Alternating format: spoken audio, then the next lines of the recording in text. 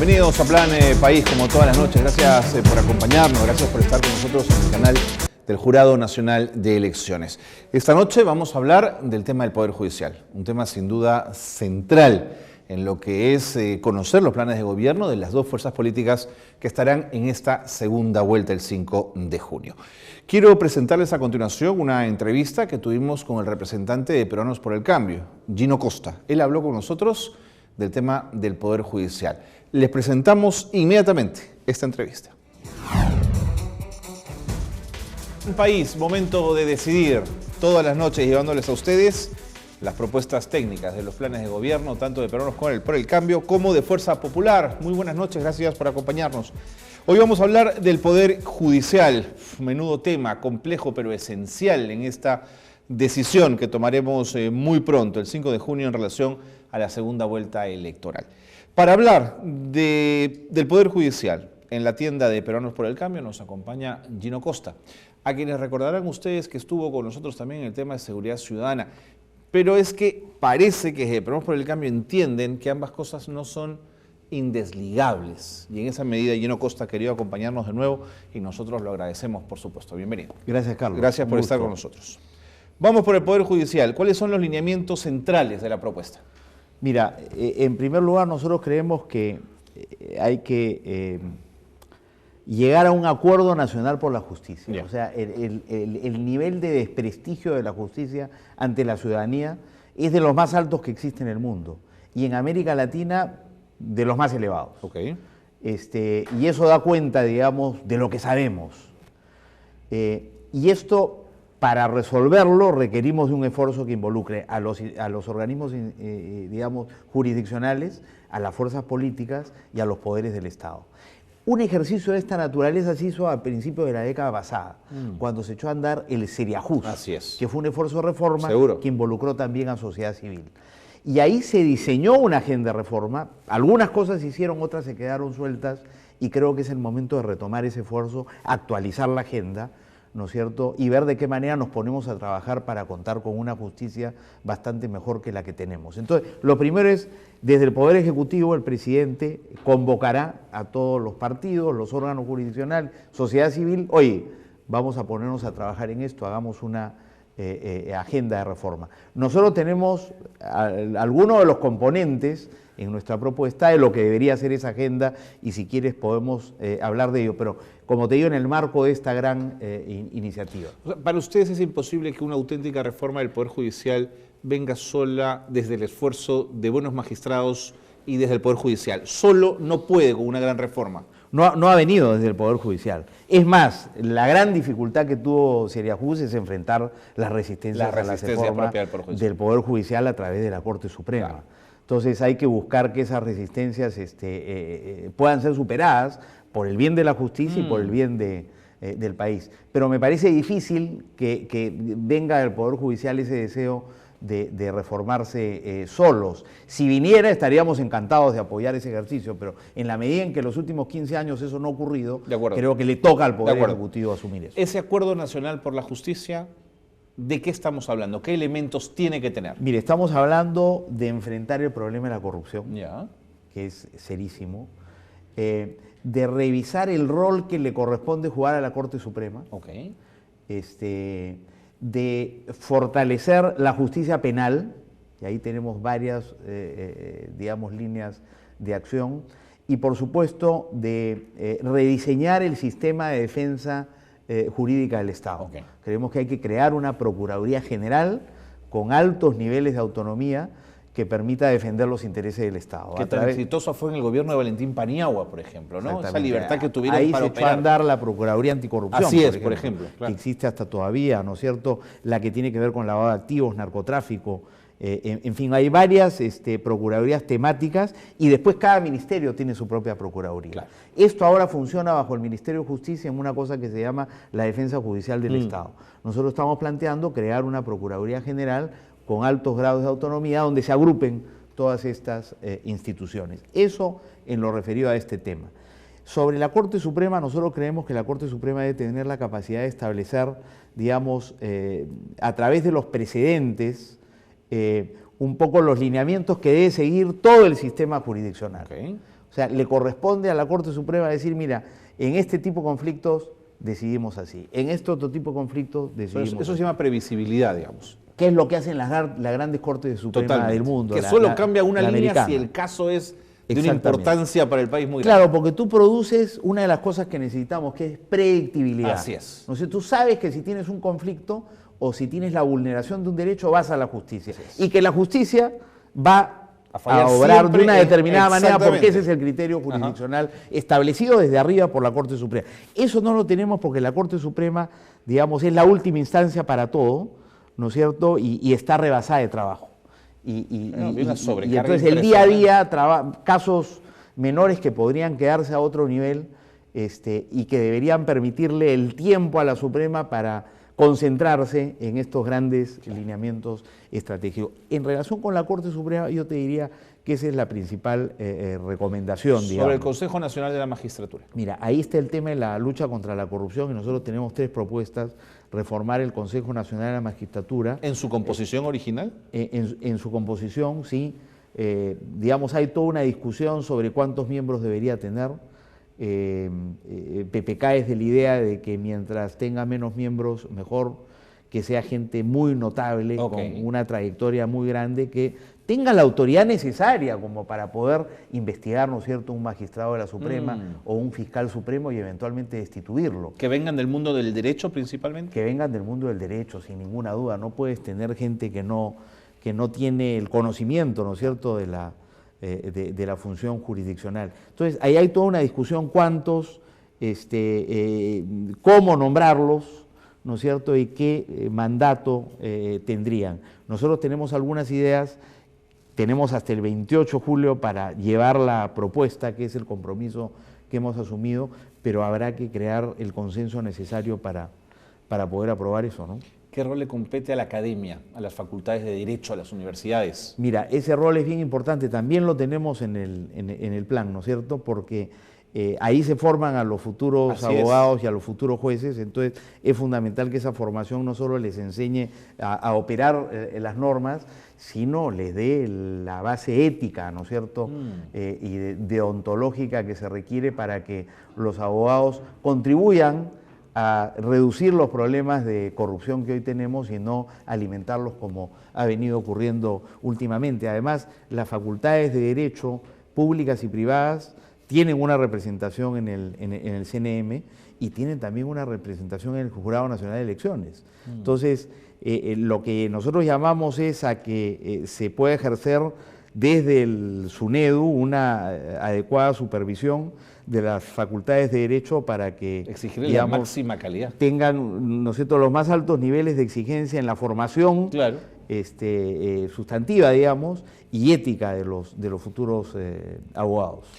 El control político parlamentario del sistema de justicia, ¿qué se puede hacer a ese nivel? Mira, ahí la Constitución dice que el Congreso ejerce control parlamentario a través de las autoridades del Poder Judicial, del Consejo Nacional de la Magistratura, del Jurado Nacional de Elecciones, etcétera, etcétera. Ese es un control que no se ha ejercido. Y cuando se ha ejercido mal, ¿no es cierto? Durante el régimen de Fujimori, fue utilizado para acabar con el Tribunal Constitucional en la práctica.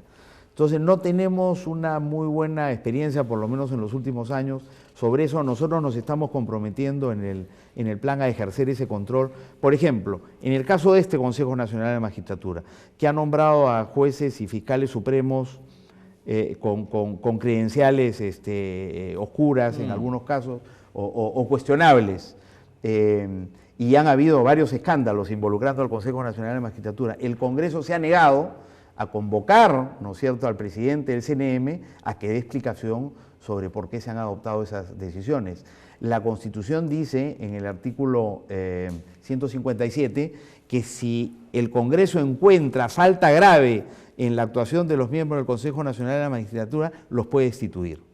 Este Congreso sistemáticamente se ha negado a hacerlo y yo creo que es corresponsable entonces de las cosas que han ocurrido. Y esto es muy grave porque con frecuencia nos centramos la atención, ¿no es cierto?, en cómo hacemos para que no nos roben el celular o cuánta, ¿no es cierto?, si es pena y muerte para esto, pero no le estamos prestando atención a quiénes son los responsables de aplicar las leyes que tenemos. Entonces, en muchos casos el problema no es la ley, sino es que quienes tienen que aplicar la ley no tienen pues las credenciales éticas y profesionales adecuadas. Para garantizarnos que las tengan, necesitamos un buen CNM. De acuerdo. Sin embargo, hay una justicia que está más cerca del ciudadano, que es el juez de paz letrado, por ejemplo, o la justicia comunal en las zonas más alejadas o zonas rurales. ¿Qué propuesta hay a ese nivel? Mira, nosotros lo que proponemos es fortalecer la justicia de paz no letrada, que es la justicia más prestigiada en el país. Así es. Las encuestas que se han hecho entre los usuarios de la justicia de paz, digamos, tienen niveles de aprobación altísima. ¿Por qué? Primero, porque no son abogados, y te lo dice un abogado, no son abogados. Segundo, son elegidos por la comunidad para resolver conflictos dentro de la comunidad. Y tercero, pueden ser removidos por la comunidad también. Entonces suelen ser las personas notables que tienen criterio, ¿no es cierto? Y que pueden resolver las controversias y los conflictos que se presentan en el plano local. En comunidades pequeñas, además, están funcionando, ¿no? Por eso funciona bien. Digamos, la posibilidad de traer esto a los centros urbanos es ya más difícil. Es más difícil, porque claro. se ha perdido el concepto de comunidad. Claro. Entonces tú ahí necesitas órganos más impersonales que los que te permite el ámbito rural. Pero bueno, en el ámbito rural es fundamental mantenerlo y fortalecer el carácter comunitario de la justicia y paz, porque hay un esfuerzo por parte del Poder Judicial de fortalecer, pero ese fortalecimiento con frecuencia se entiende como hacerlos que actúen, ¿no es cierto?, de acuerdo a un código y que se comporten como un abogado. Con lo cual tiendes a quitarle a la justicia y paz lo más rico que tiene, que es, digamos, su espontaneidad y su vinculación a la propia comunidad. Entonces, lo otro que te tendría que decir ahí, ¿no es cierto?, de justicia más local, es que tú tienes la justicia rondera y la justicia comunitaria.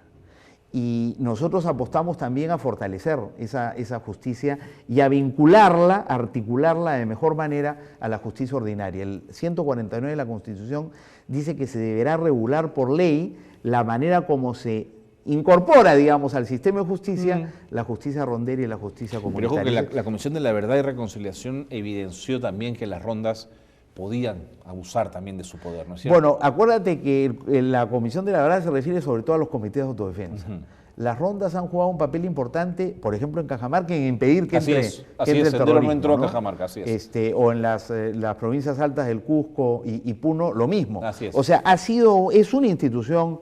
Lo que ocurre es que al aplicar justicia lo hacen de acuerdo a sus costumbres y en algunos casos esa forma de hacer justicia vulnera derechos fundamentales. Entonces, son acusados los ronderos ante la justicia ordinaria por haber secuestrado o torturado a una persona. Entonces, hay muchos dirigentes ronderos que están procesados por la justicia. Entonces, ellos dicen, oye, acá no hay jueces, acá no hay fiscales, acá no hay policía. Nosotros nos encargamos a nuestra manera y nos pasan esta factura. Nosotros hacemos ese trabajo gratis. Entonces, lo que tú necesitas es establecer las relaciones de coordinación y articulación para evitar esos problemas a través de la capacitación, a través de un intercambio más estrecho, digamos, entre ambos sistemas normativos, en lugar de declarar la guerra. No, por supuesto. Porque, digamos, el Estado no llega ahí y debería más bien reconocer ese esfuerzo voluntario tan valioso, digamos. Gino Costa, hubo un momento, sobre todo en el gobierno del presidente Toledo, en que se le dio mucho énfasis al tema de la conciliación como un espacio para no tener que llegar al Poder Judicial. ¿Cómo fortalecer un espacio como ese? Mira, ahí nosotros creemos que todo lo que pueda, digamos, ser procesado por fuera del Poder Judicial es una buena idea. Debe ser alentado, Okay. ¿no? Y hay varias cosas que se han venido haciendo y estamos en la idea de fortalecer eso. Los abogados dicen siempre es mejor un mal arreglo antes que un buen juicio. ¿Cómo estarán las cosas allá dentro del Poder Judicial? Cierro con el tema de los bufés de abogados. ¿Hay algún nivel, es necesario algún nivel de control de los bufés de abogados y de los temas que manejan? ¿Te puedo antes terminar de contestar lo anterior? Porque hay otra cosa que también nosotros planteamos, que es la descentralización de la justicia penal, ya imaginando un escenario urbano. Por ejemplo, hoy en Lima tú tienes que la justicia penal está toda concentrada, ¿no es cierto?, en lo que era el antiguo Ministerio de Educación. Entonces tú tienes un problema en Chorrillos y te tienes que ir hasta allá. Entonces, no hay una presencia de la justicia donde tiene que estar. Con los tribunales de flagrancia eso ha comenzado a cambiar porque se ha demostrado que es posible hacerlo. Los tribunales han presentado pues el problema de la desproporción de penas, pero nos han hecho ver que la justicia rápida es posible, ¿no es cierto?, y la justicia inmediata es posible. Entonces, Algo así nosotros queremos en términos de la justicia penal descentralizarla, por ejemplo, para que en Lima y Callao, en cada distrito, tú tengas una fiscalía penal y un juzgado penal, de manera que si alguien es detenido en ese distrito por la comisión de una falta de un delito, sea inmediatamente procesado en el ámbito local. Entonces, ese es otro... lleva a niveles de articulación tecnológica muy grande, conocer, no sé, expedientes, saber qué pasó con un caso, y todo eso tiene que estar informatizado, digamos. Si no, no descentralice. Pero necesitas descentralizar. Okay. Si no, la justicia está muy lejos y nunca llega. De acuerdo. Cerrado con el tema de los bufetes de abogados, porque me parece que estos también son actores importantes en este juego y que pueden dilatar procesos el tiempo que quieran y no resolver inmediatamente, ¿no? ¿Qué hacemos ahí? Bueno, mira, no tenemos un planteamiento en ese tema. Nos parece muy valiosa la iniciativa esta de Ciudadanos al Día, encabezada por Beatriz Boza, de comprometer, digamos, a los estudios de abogados, los más importantes, a un código de ética, ¿no es cierto?, a favor de la justicia buena idea, y todo lo demás. Yo creo que no sé qué ha pasado, no conozco los detalles de cómo ha evolucionado esa iniciativa, pero me parece que ese es el tipo de cosas que tú necesitas hacer para comprometer también a los abogados en este proyecto de reforma de la justicia. Gino Costa, muchísimas gracias. Creo que hemos hablado de casi todas las líneas importantes del plan de gobierno en materia del Poder Judicial. La reforma del sistema de defensa judicial del Estado es algo de lo que nos has hablado, las universidades, las facultades de derechos, todos los elementos creo que los hemos mejorado, y el Congreso y su control político por parte hacia el sistema de justicia. Hay dos cositas, si tú me permites. La reforma procesal penal es bien importante concluirla, no ha llegado a Lima y Callao, tenemos que traerla. Si hay que hacer ajustes, los podemos hacer, pero la reforma procesal penal es el camino al futuro y está bien y tenemos que concluirla. Y lo segundo es terminar de dotar, digamos, de los recursos necesarios al sistema de lucha contra el crimen organizado. En el ámbito de la Fiscalía, de la Policía, de la Justicia hay una Sala Penal Nacional y el Instituto Penitenciario. Y quería mencionar que ese es un componente bien importante. Se calcula que son 500 millones de soles al año los que necesitamos para dotar adecuadamente a este subsistema, digamos, para enfrentar solo crimen organizado, que hablando de justicia penal es un componente central de esa forma de justicia. Nuevamente, muchas gracias por habernos acompañado. Carlos. Hacemos una pausa y seguimos con más aquí en Plan País. Quédense con nosotros.